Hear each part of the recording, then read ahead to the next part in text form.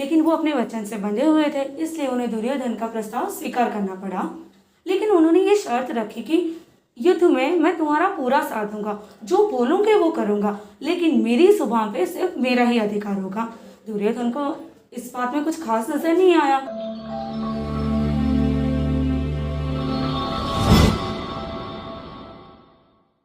आखिर किस योद्धा को दुर्योधन ने धोखे से युद्ध में अपनी तरफ शामिल किया? हालांकि वो आया था पांडवों के पक्ष में युद्ध लड़ने के लिए, पर उसे कौरवों के पक्ष में युद्ध लड़ना पड़ा। जी हाँ, हम बात कर रहे शल्य की। शल्य पांडु की दूसरी रानी माद्री का भाई था, यानी सहदेव और नकुल का सगा मामा।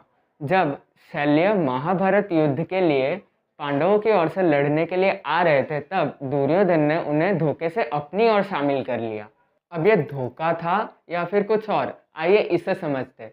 रघुवंश के शल्य पांडवों के मामाश्री थे, लेकिन कौरव भी उन्हें मामाश्री कहकर आदर और सम्मान देते थे।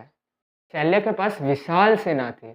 जब युद्ध की घोषणा हुई, तब नकुल और सहदेव को लगा कि मामाश्री तो हमारे तरफ से युद्ध लड़ने वाले हैं। एक दिन शल्य अपनी सेना के साथ हस्तिनापुर के लिए निकले, अपने भांजों से मिलने के लिए। और बीच बीच में वो और उनकी सेना को जहाँ कहीं भी रुकना पड़ा, वहाँ पर उन्हें खाने पीने और रहने की भरपूर सेवाएं मिलने लगी। वो यह देखकर प्रसन्न हो गए और वो मन ही मन युधिष्ठिर को धन्यवाद देने लगे। हस्तिनापुर के पास पहुंचने के बाद उन्होंने देखा कि बृहद विश्राम स्थल है और भोजन की उत्तम व्यवस्था की रखी है। यह देखकर उन्होंने पूछा कि युधिष्ठिर के किन कर्मचारियों ने ये सब व्यवस्था की है, मुझे उनके सामने लाओ, मैं उन्हें पुरस्कार देना चाहता हूँ। यह सुनकर छुपा हुआ दुर्योधन सामने प्रकट हुआ और हाथ जोड़ के कहने लगा, मामाश्री, ये सब व्यवस्थाएं मैंने आपके लिए ही की है, ताकि आपको कोई भी प्रकार का कष्ट ना हो। ये बात सुनकर शल्य के मन में दुर्योधन के लिए प्रेम और उमड़ आया और वो भावनाओं में बहकर कहने लगे, मांगो, आज तुम्हें जो मांगना है वो मांग सकते हो तुम। मैं तुम्हारे इस व्यवस्था से खूब प्रसन्न हूँ। यह सुनकर दुर्योधन ने फट से कहा, आप सेना के साथ युद्ध में मेरा साथ दें और मेरी सेना का संचालन कीजिए। दुर्योधन की बात सुनकर शल्य चुप सा पड़ गए, लेकिन वो अपने वचन से बंधे हुए थे, इसलिए उन्हें दुर्योधन का प्रस्ताव स्वीकार करना पड़ा।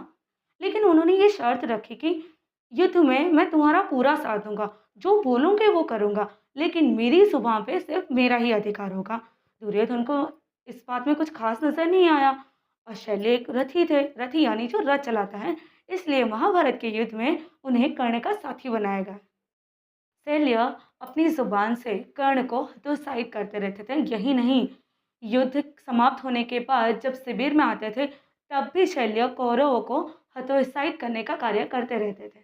और इसी तरह शल्य अपनी वचन से मजबूर होने के बावजूद कौरव के पक्ष में रहकर पांडवों की मदद करते रहते थे। महाभारत के ऐसे बहुत से किरदार हैं जिनकी कहानी आपको नहीं पता होगी, और इन सब कहानियों को आप तक पहुंचाना ही हमारा काम है। So please like, share and subscribe पूजा से विज्ञान तक।